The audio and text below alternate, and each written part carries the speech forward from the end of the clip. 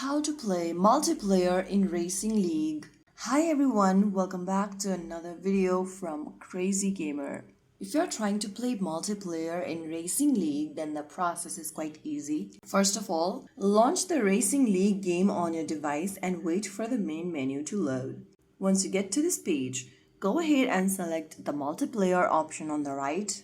And on the next page, you can go ahead and create a new room or connect to a random room. Also, you can go ahead and select the location. After selecting one of the options, you'll be able to see this page where you can select ready once you are ready. But before that, make sure to select a car of your preference. I'm gonna go with this. And finally click ready. Once you are ready, you'll be able to play multiplayer mode. Wait for the countdown or wait for the other players to join in. Multiplayer only works with stable internet, so after a few minutes you'll be able to join in the multiplayer mode. So that is how it's done. If you found the video helpful, don't forget to like, share and subscribe to our channel. I will be back again in the next video. Stay tuned and thanks for watching.